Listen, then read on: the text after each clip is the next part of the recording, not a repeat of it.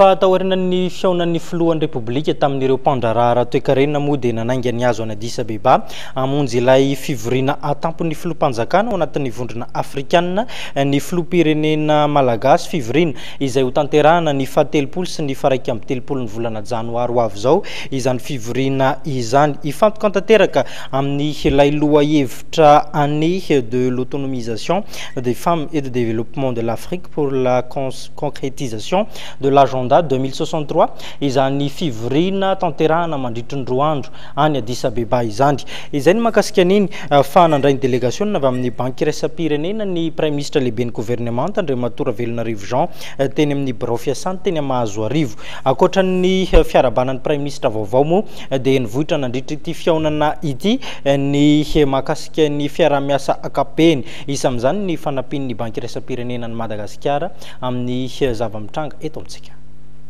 Hitondra fanovana mba hahafahana miroso malaky makany amin'ny fampandrosoana isan'ny fanamby napetraky ny Prime Ministre Velonarivo Jean zany nandritra amin'ny fitsidiana ara-panajana izay nitotsain'ny délégation ny banky iraisam-pirenena izay nitarihan-dramatoa Coralie Gevers teny amin'ny lapam-primature ny Mahazoarivo. Betsaka ny zavatra fanataony fa efa nanampy antsika izy tamin'ny farany taona teo zany dia efa namoaka izy aide budgétaire 45 millions de dollars.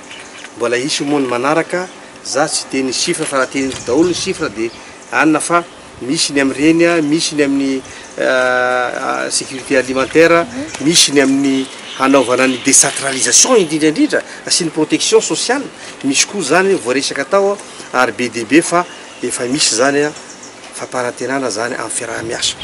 Nitakezaka avy amin'ny ministre tsiraray amin'ny fanatanterahana ny politika fampandrosoana amin'ny Prime Ministre Velonarivo Jean. Inona moa ny tenena hoe entitra raha ny fitenenako ao tsy entitra fa miteny ny marina afana mampandroso ny firenena ary afana mametraka ny programme anasa lamina.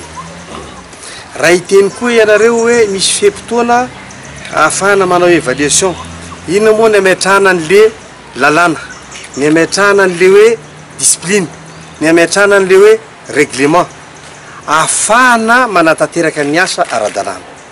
Rehefa napetraka zany iny hoe le izo saratra ny teny mbola tsy zatra kely angamba ny fitenena teny gasy hoe deadline.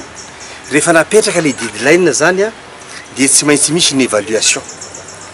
Eto zany dia mievalue ny ministère ny département rehetrarehetra ao anatin'ny 3 volana maranaraka ny 9 bolana misy ny évaluation 5 volana ary ny taona ray feny anelalena évaluation iny zany dia mety misy zavatra mitranga. Nanome toky fa hitondra ny anjara birikina amin'ny fanampinan'ny Madagasikara ny banky iraisam-pirenena.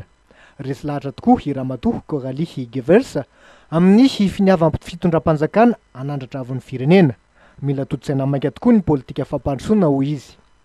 Tsy nanafina ny alahelo ny solitenan'ny banky iraisam-pirenena miasa eto Madagasikara ity manoloana ny vona izay mianjady amin'ny firenena vokatry ny rivo-doza. Nilaza ny efa nametraka tahiry manokana hiatrehana ny fahamehana ny banky iraisam-pirenena hanampiana ny fitondram-panjakana amin'ny fanarenana ny firenena.